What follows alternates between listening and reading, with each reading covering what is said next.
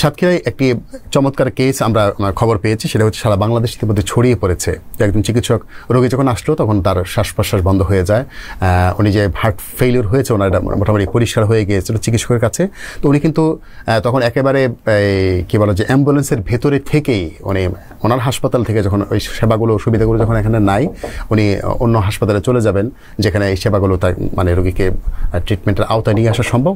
ওখানে যাওয়ার পথে অ্যাম্বুলেন্সে তিনি সিপিআর দেওয়া শুরু করেছেন এবং 39 মিনিট ধরে দীর্ঘ, মানে এই কাজটি কিন্তু যথেষ্ট কষ্টসাধ্য একটি কাজ, সেই কাজটি উনি করেছেন।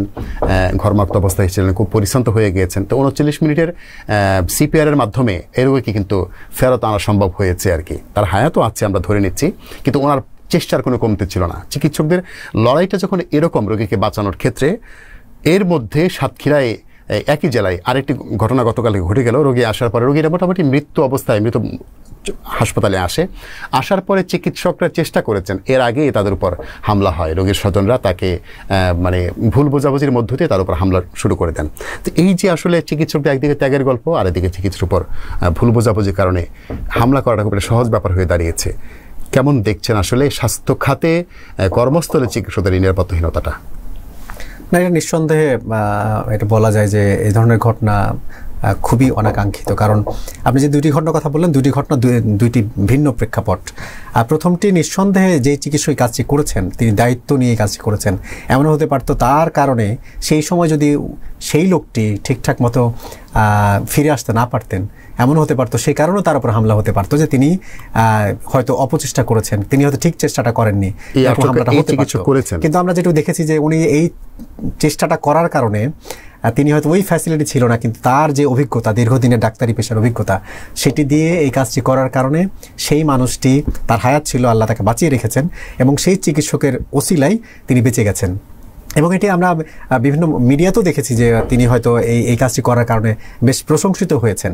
তো একজন চিকিৎসকের কাজ কিন্তু এটি যে তিনি যখন যে অবস্থায় থাকুন না কেন, একজন মুমূর্ষু রোগীকে বাঁচানোর ক্ষেত্রে তিনি তার সর্বোচ্চ চেষ্টা দিয়ে সেই কাজটি করবেন, এবং তিনি সেই ডক্টর সেই কাজটি করেছেন।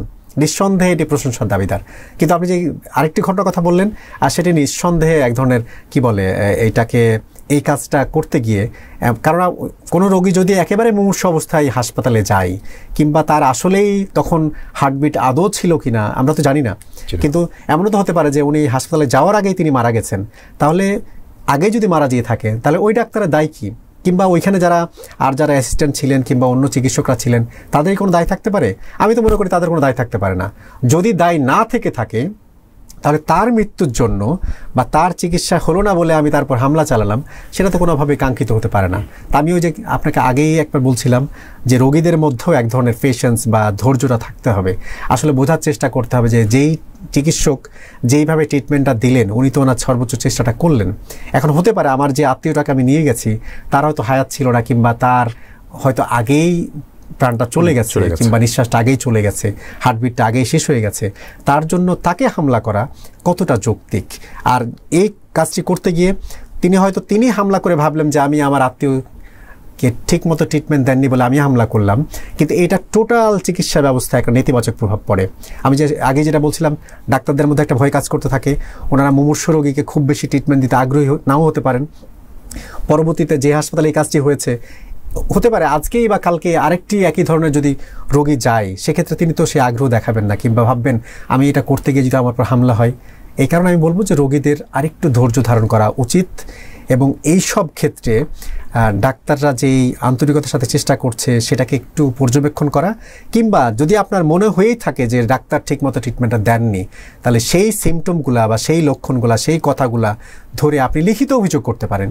ডাক্তারের বিরুদ্ধে ফৌজদারি মামলাও করতে পারেন। আপনি যদি মনে করেন যে মামলা করা দরকার, করতেও পারেন, কিন্তু তাৎক্ষণিকভাবে ডাক্তারের উপর হামলা চালানো কোনোভাবে এটা সমীচীন হতে পারে না।